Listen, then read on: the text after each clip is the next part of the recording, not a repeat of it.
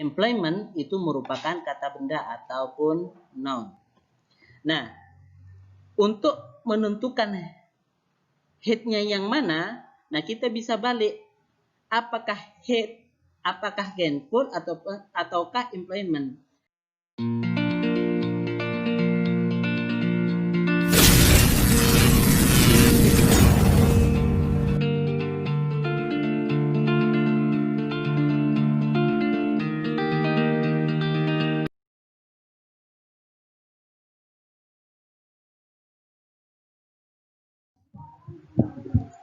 Assalamualaikum warahmatullahi wabarakatuh. Selamat sore sahabat YouTubers sekalian. Jumpa lagi dengan saya di channel Mata Elang. Kita akan membahas tentang belajar mudah tata bahasa Inggris dengan menggunakan mind mapping. Untuk itu, silahkan sahabat YouTubers sekalian pantengin channel ini agar bisa memahami tata bahasa Inggris.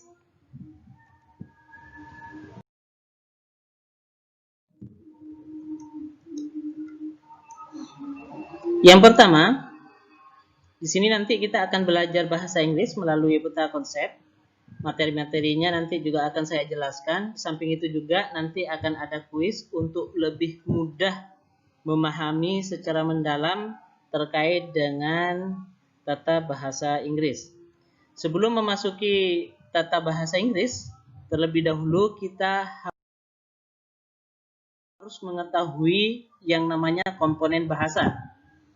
Komponen bahasa di sini terdiri dari yang pertama adalah fonem, yang kedua adalah morfem, yang ketiga adalah kata, yang keempat adalah frase atau phrase, yang kelima adalah kalimat atau sentence, yang keenam adalah klausa.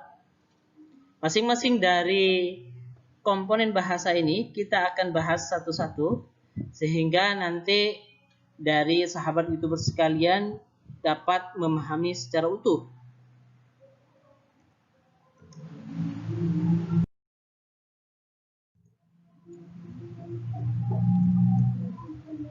Yang pertama adalah fonem. Apa yang dimaksud dengan fonem atau pengertian fonem? Fonem merupakan satuan terkecil berupa bentuk atau lambang dari suatu sistem tulisan. Biasanya kita mengenalnya kalau kita contohkan dengan A, B, C dalam bahasa Latin. Atau dalam bahasa Arab, alif, ba, ta, sa, dan lain sebagainya. Itu merupakan fonem atau huruf.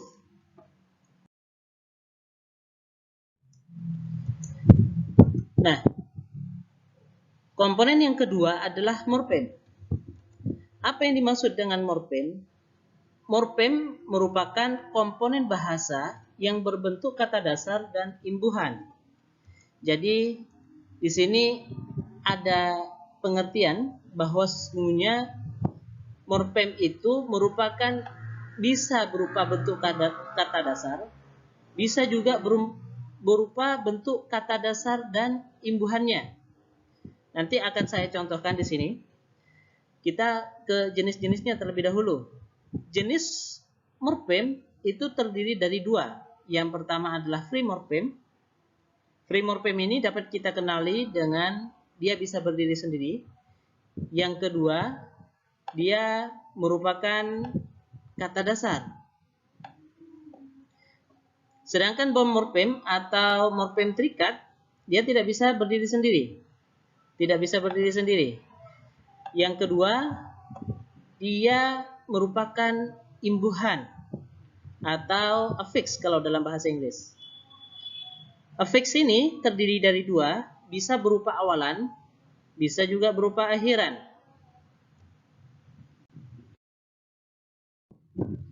Nah, di sini kita bisa lihat contoh dari affix. Kalau kita contohkan, di sini ada kata dasarnya. Kalau di dalam bahasa Inggris itu ada like, itu kata dasar, artinya suka, atau beauty, cantik. Dia berupa kata benda. Kalau dia ditambahkan, ada tambahan atau fix, maka dia bisa ditambahkan dengan kata-kata this. Kata this di sini dalam konteks ini disebut sebagai prefix atau biasa kita kenal dengan awalan. Sedangkan pada contoh beautiful, beautiful ini, vel-nya ini pada kata beautiful itu merupakan suffix atau akhiran. Jadi ketika tadi beauty itu berupa kata benda, ketika ditambahkan vel, maka kelas katanya juga bisa berubah dari kata benda menjadi kata sifat. Dan ini akan kita bahas lebih mendetil pada bahasan selanjutnya.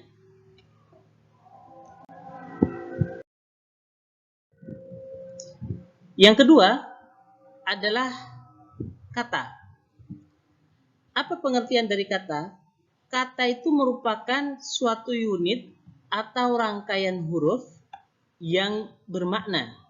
Kalau di dalam bahasa Inggris, kenapa dikatakan satu unit? Karena dalam bahasa Inggris ada satu unit, seperti saya contohkan di sini, ada satu unit itu bisa mempunyai makna.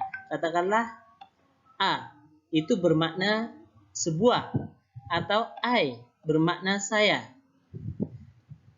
Sedangkan contoh yang berupa rangkaian huruf yang bermakna itu bisa berupa it, atau at, atau he, atau book, atau after. Ini merupakan rangkaian kata, rangkaian huruf yang disusun sehingga dia mempunyai makna tertentu.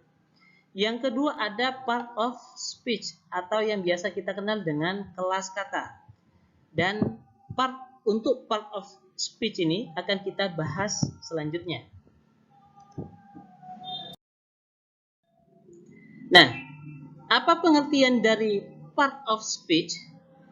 Part of speech ini merupakan pengklasifikasian kata berdasarkan kelasnya untuk menunjukkan tugas atau fungsi setiap kata dalam suatu rangkaian frase, klausa, ataupun kalimat, atau yang biasa kita kenal dengan kelas kata. Jadi di dalam bahasa Inggris ada beberapa kelas kata, sama seperti bahasa Indonesia juga, ada beberapa kelas kata. Dalam bahasa Inggris, kelas kata terbagi menjadi 8. Yang pertama adalah noun, yang kedua adalah verb, yang ketiga adalah pronoun, yang keempat adalah adjective, yang kelima adalah adverb, yang keenam adalah conjunction, yang ketujuh adalah preposition, yang kedelapan adalah interjection. Untuk noun, itu kalau dalam bahasa Indonesia biasa kita kenal dengan kata benda. Contohnya adalah pen, wood atau kayu, atau table, John, nama orang, dan lain sebagainya. Sedangkan verb dalam bahasa Indonesia biasa kita kenal dengan kata kerja. Salah satu contohnya study, eat, run, swim, dan lain sebagainya. Yang keempat, yang ketiga adalah pronoun. Pronoun biasa kita kenal dengan kata ganti seperti I, he, she, you, it, dan lain sebagainya.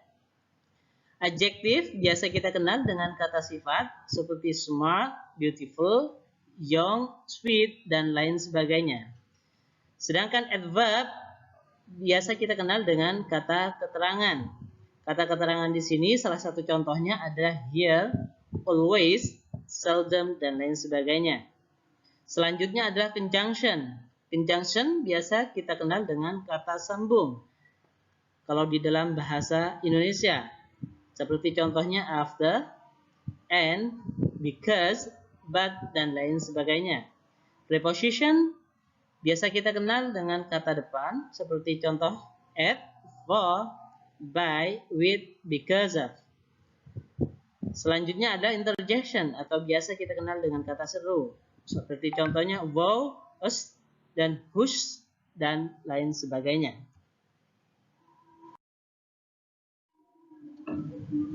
Selanjutnya, komponen bahasa selanjutnya yang akan kita pelajari adalah tentang frase. Apa itu frase? Frase itu rangkaian kata yang bermakna namun tidak berpola subjek dan verb. Kenapa tidak berpola subjek dan verb? Kalau dia berupa subjek dan verb, maka nanti tidak lagi dinamakan frase, tapi dia akan dinamakan dengan kalimat. Apa saja macam-macamnya? Macam-macamnya banyak sekali. Yang pertama adalah noun phrase, yang kedua adalah verb, yang ketiga verb phrase, yang keempat adalah adjective phrase, yang kelima adalah adverbial phrase, yang keenam adalah prepositional phrase, selanjutnya adalah gerund phrase, participle phrase, infinitive phrase, exclamatory phrase. Sebagai catatan bahwa pembahasan frase ini sangat berkaitan dengan word order atau susunan kata yang terdiri dari head dan modifier. Dalam bahasa Indonesia biasanya kita kenal dengan, kalau head ini biasa kita kenal dengan dijelaskan, sedangkan modifier itu adalah menjelaskan. Baik, kita akan beranjak ke jenis-jenis frase pada pembahasan selanjutnya.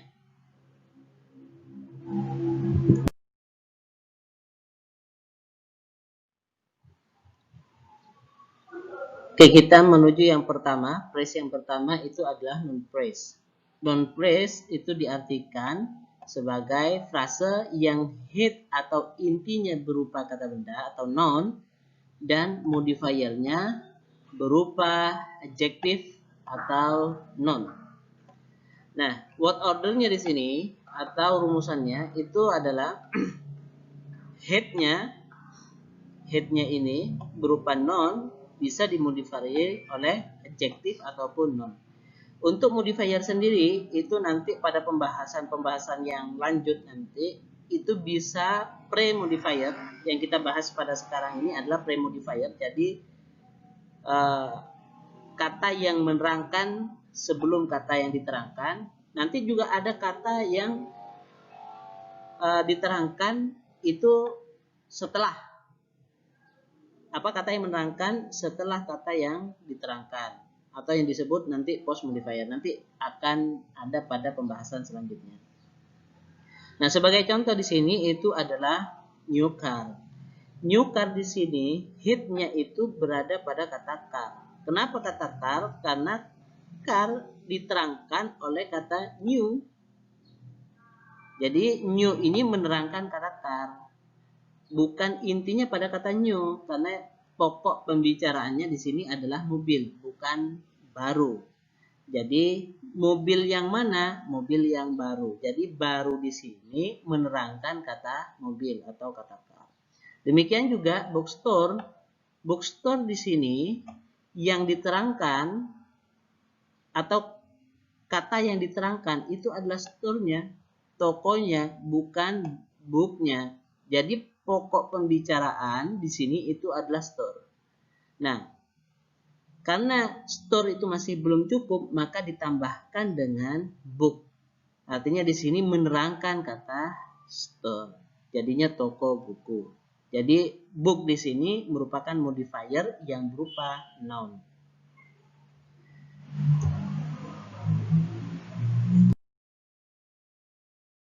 Selanjutnya adalah verb phrase. Verb phrase diartikan atau pengertiannya frase yang headnya berupa ordinary verb dan modifiernya berupa auxiliary verb atau adverb. Apa itu ordinary verb? Kalau di dalam bahasa Indonesia, ordinary verb itu merupakan kata kerja utama. Sedangkan auxiliary verb itu merupakan kata kerja bantu. Nah, word ordernya yang pertama adalah modifiernya berupa auxiliary atau kata kerja bantu, sedangkan headnya berupa ordinary atau adverb modifiernya. Seperti contoh di sini itu adalah studying. Nah, intinya itu pada kata studying. Intinya pada kata studying atau pada kata kerja utama. Sedangkan a di sini nanti itu memberikan tambahan berupa waktu, Jadi ini merupakan kata kerja tambahan atau yang menerangkan tentang studying. Demikian juga study hard. Nah, di sini yang ordinary-nya itu adalah study, jadi bukan hard. Jadi hard di sini itu merupakan modifier atau kata yang menerangkan study. Jadi belajar seperti apa? Ya belajar yang sungguh-sungguh atau belajar keras? Ya yang ini. Jadi pokoknya atau intinya berada pada kata study. Sedangkan hard di sini hanya menerangkan kata study tersebut bahwa dia sungguh-sungguh belajar, maksudnya seperti itu.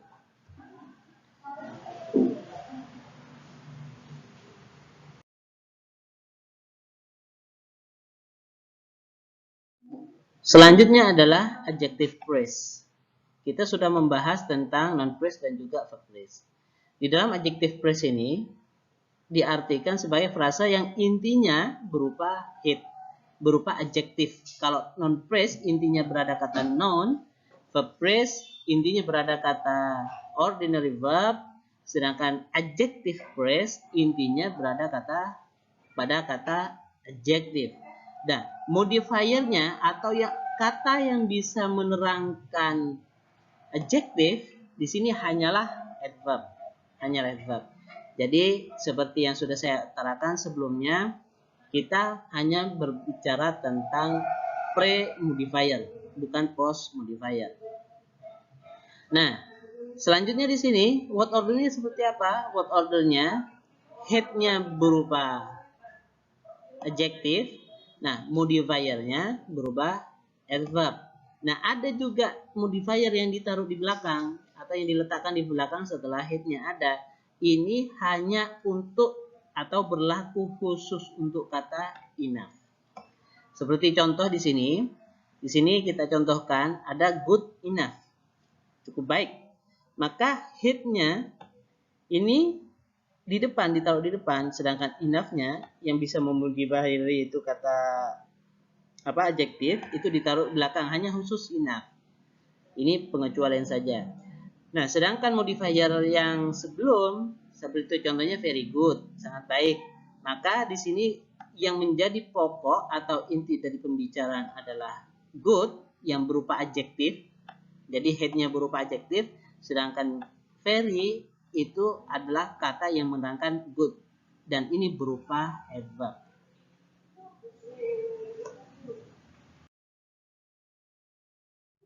Selanjutnya adalah adverbial phrase. Pengertiannya itu sama. Jadi kalau tadi itu adjective phrase intinya berada kata adjektif, jadi kalau adverbial phrase itu intinya berada pada kata adverb. Nah, dan modifiernya itu juga berupa kata adverb. Jadi kalau adverb itu hanya bisa dimodifieri dengan adverb. Tidak bisa dengan kata benda, tidak bisa dengan kata kerja, tidak bisa dengan kata sifat, dan lain sebagainya. Jadi word ordernya itu head-nya berupa adverb, modifiernya itu juga berupa adverb. Di sini juga modifiernya itu juga berupa adverb. Nah, sama dengan adjektif tadi, modifier yang ada di belakang atau post modifier ini itu hanya khusus untuk kata enough. Hanya khusus kata enough. Contohnya kalau di sini adalah seriously enough. Cukup serius. Cukup serius. Nah, sama di sini itu juga contoh yang pertama very beautifully. Nah, di sini yang menjadi pokok pembicaraan ada pada kata beautifully. Sedangkan very ini hanya khusus untuk menambahkan keterangan pada kata beautifully. Jadi seperti itu.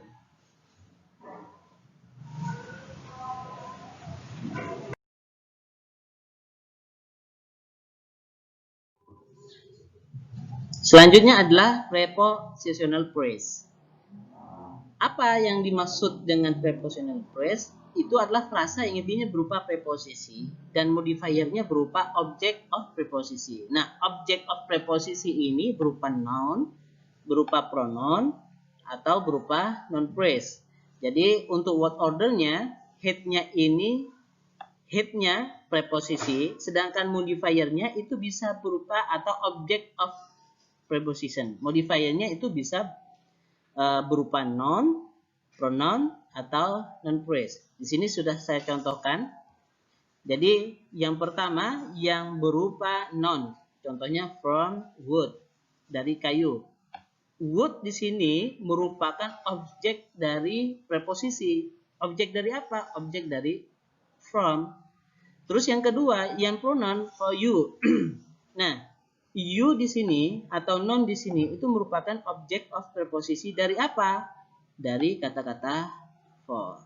Demikian juga with my mother. With my mother di sini yang menjadi preposisi itu adalah with-nya, sedangkan objek dari preposisi itu adalah my mother. My mother ini merupakan non-phrase, susunan dari susunan dari noun, sedangkan my di sini diidentifikasi sebagai adjektif. Meskipun dia kelasnya adalah pronoun. Nah, selanjutnya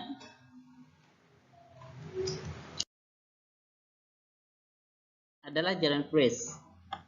Gerund phrase pengertiannya frasa yang intinya berupa gerund dan modifiernya berupa object of gerund berupa noun, non-phrase ataupun adverb.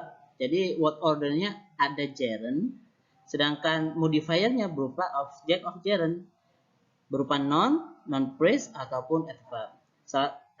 Contohnya di sini itu adalah studying English. Jadi di sini yang merupakan pokok pembicaraan itu merupakan studyingnya ini, bukan English-nya. English ini hanya menerangkan dari studying yang merupakan gerund. Jadi pokok pembicaraan atau head-nya itu berada pada kata gerund. Sama juga dengan working hard, di sini berupa adverb. Working hard di sini yang menjadi pokok pembicaraan itu adalah pada pekerjaan ini atau working-nya. Jadi di sini karena dia berupa gerund, maka yang menjadi pokok pembicaraan itu adalah working-nya. Sedangkan hard-nya di sini merupakan objek dari gerund-nya yang berupa adverb.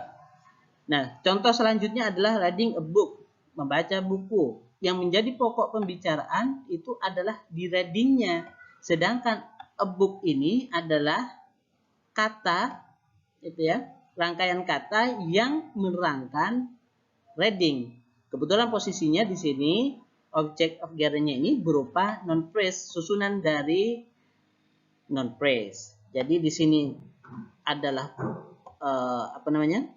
noun sebagai head-nya, a ini sebagai determiner yang diposisikan sebagai adjektif yang memodifieri dari book, seperti itu.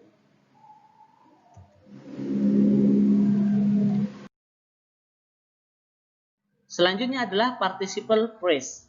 Participle phrase ini merupakan frasa yang intinya berupa participle, baik berupa present participle ataupun past participle. Dan modifiernya berupa object of participle, berupa non-phrase dan prepositional phrase. Word ordernya, head-nya berupa participle, modifiernya object of participle berupa non-phrase ataupun prepositional phrase. Contohnya di sini itu adalah kalau yang berupa present participle, climbing the tree. Di sini itu sudah jelas hampir sama dengan yang sebelumnya dengan gerund, itu ya, hampir sama di sini. Jadi manjat pohon. Jadi di sini objeknya atau kata yang menerangkan kata pokok di sini berupa non-phrase. Nah, head-nya apa? Head-nya ini ada di sini, berupa present participle. Terus selanjutnya itu adalah known as a boxer, diketahui sebagai seorang petinju. Jadi di sini yang menjadi pokok pembicaraan atau intinya itu merupakan noun, sedangkan as a boxer itu sebagai object of prepositional.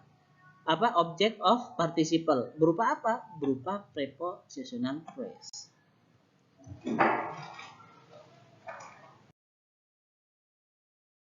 Infinitive phrase. Pengertiannya frasa yang hidupnya berupa to infinitive dan modifiernya berupa bare infinitive atau verb 1. Ini gampang saja ya. Tinggal dilihat di sini. Jadi yang menjadi headnya itu adalah to, sedangkan modifiernya berupa verb 1 atau bare infinitive. Contohnya adalah to climb di sini. Jadi yang menjadi headnya adalah to, sedangkan climb-nya ini adalah kata yang menerangkan to di sini.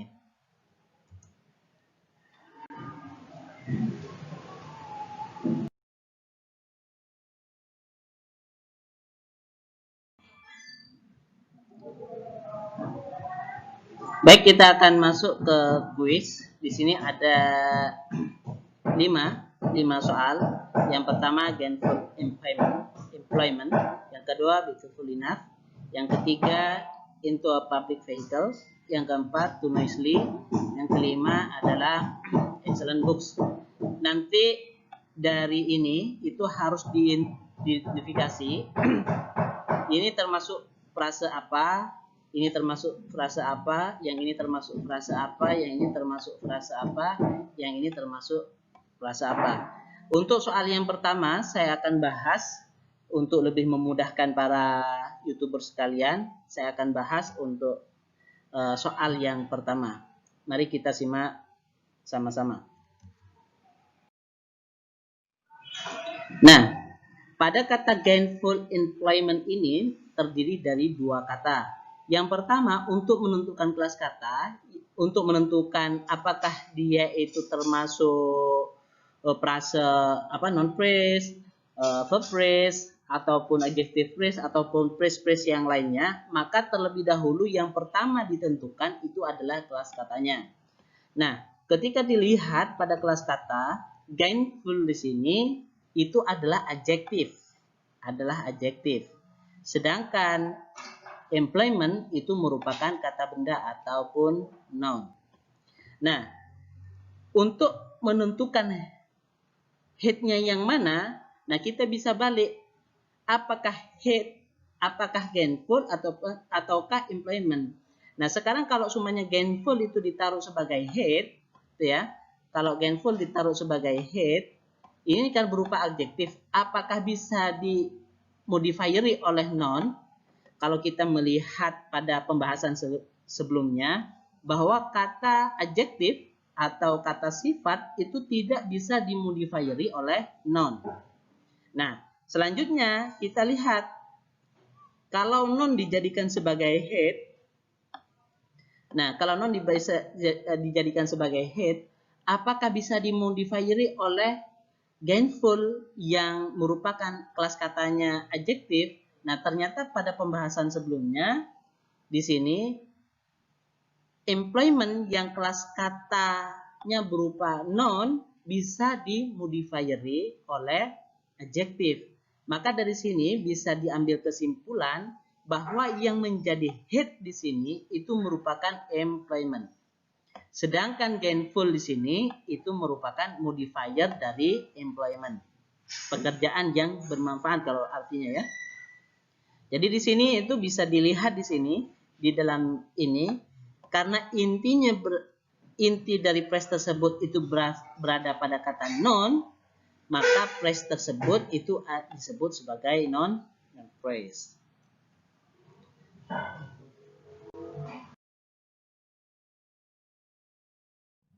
Nah, kita lihat di sini. Di sini tadi itu sudah saya jelaskan. Gainful di sini kelas katanya itu hanya satu, yaitu berupa adjektif. Sedangkan employment di dalam kamus Oxford itu hanya berupa noun, kelas katanya hanya satu saja. Namun beda kalau kita seumpamanya lihat di kata-kata well. Well di sini itu kelas katanya ada 3, jadi hati-hati nanti ketika melihat atau menggunakan kamus. Perhatikan baik-baik. Well itu bisa berupa adjektif yang artinya baik. Jadi dia itu bisa berupa adjektif. Bisa juga exclamation atau interjection atau kata seru yang berarti wah atau Dia juga bisa berupa kata benda, artinya sumur. Jadi satu kata well di sini itu bisa mempunyai 3 kelas kata. Bisa kelas katanya berupa adjektif, bisa kelas katanya exclamation, bisa kelas katanya noun. Demikian juga dengan kata enough. Enough itu bisa juga berupa kata adverb, bisa itu juga berupa kata adjektif. Makanya nanti ketika lihat kelas kata, tinggal dilihat dia termasuk kelas kata mana, sehingga ketika menggunakan kamus bisa lebih baik lagi dalam penerapannya, bisa lebih kontekstual. Mungkin itu saja yang bisa saya sampaikan. Salam sehat untuk para YouTubers. Pantengin terus channel ini. Mudah-mudahan bisa bermanfaat untuk semua. Amin. Assalamualaikum warahmatullahi wabarakatuh.